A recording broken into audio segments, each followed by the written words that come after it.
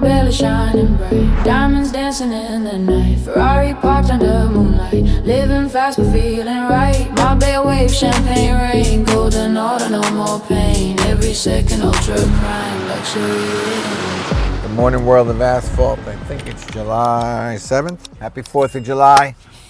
We are on Carter Road in Kent, Connecticut. Probably familiar with Kent. One of the #1 leaf watching fall foliage areas in the country right here. Beautiful Kent, Connecticut.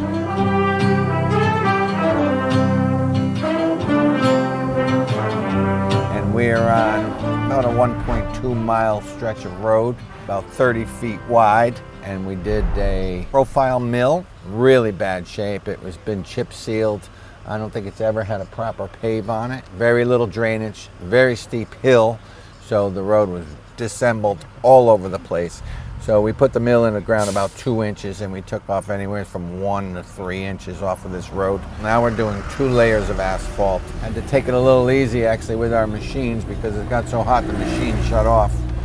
But we're paving today. We have quite a storm after the 100-degree heat. Biggest challenge right now is getting the asphalt here and having the rollers keep up because this road being a old road, no water, no gas, no sewer, no manholes. It's really basically just lay asphalt, which is always good.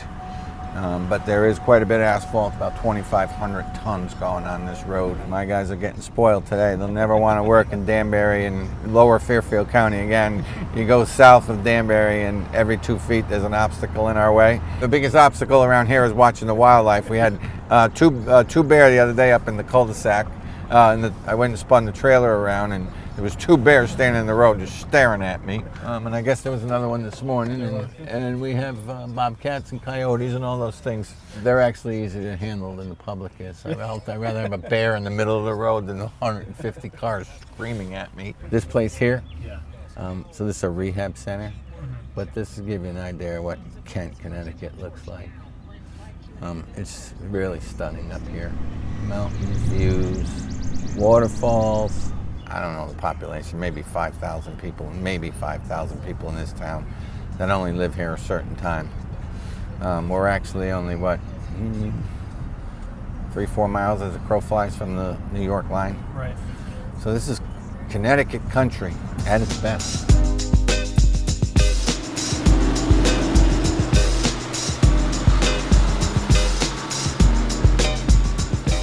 Don't make a career out of it.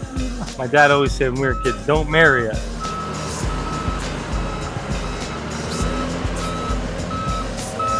Today is the day the Lord has made. The Lord made the day, we made the road. Finds a lady with a fat diamond ring. Then you know I can't remember a damn thing. I think it's one of those deja vu things. Or a dream is trying to tell me something. But will I ever stop thinking about it? I don't know. So we're paving a mountain, and I'm not a geologist or a surveyor, but I would say from the Route 7, which is the road down below, to where we are right now, which is the peak, it's probably 1,000-foot difference. It's high. So we're going up this hill, and one of the main challenges is we don't have a place for the trucks to spin around. It's a one-way in, one-way out, or it's an in and an out, but if you go out the other way, it's like a super long trip to the plant, and it's really hilly.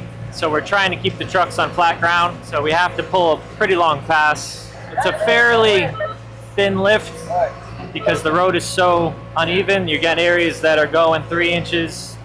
You got areas that are going 3/4 of an inch. We're trying to level and smooth this road. Right here, 20 feet. Down there, it's 35 feet. So we're going really wide to really narrow. These paving boxes are not, they don't like that too much.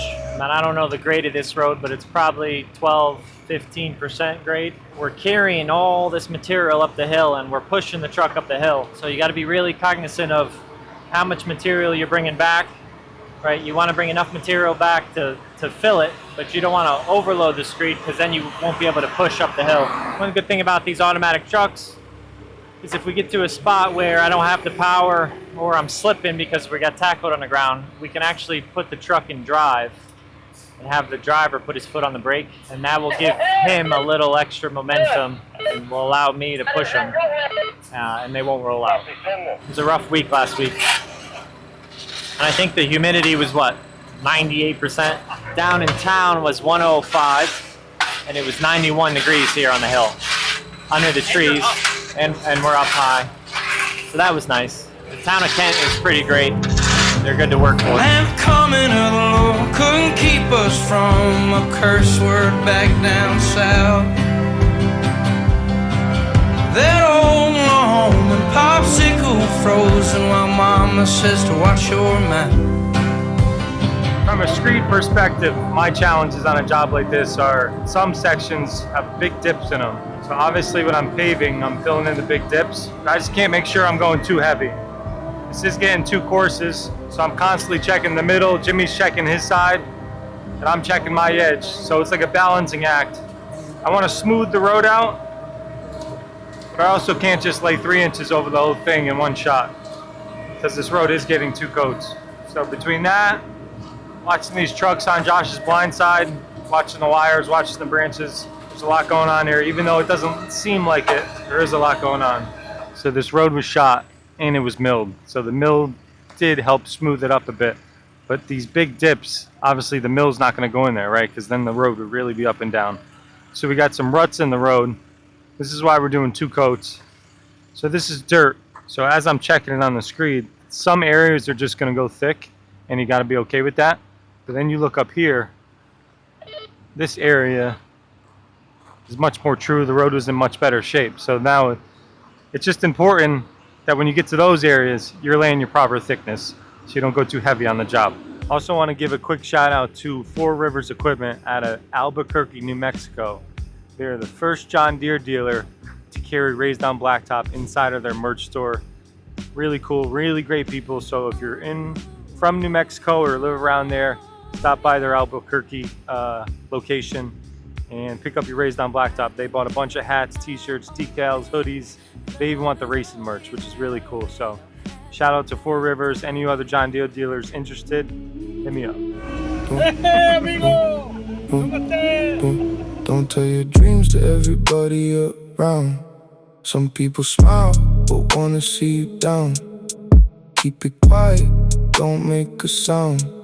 Let your success be what shakes the ground. Don't tell your dreams to everybody around.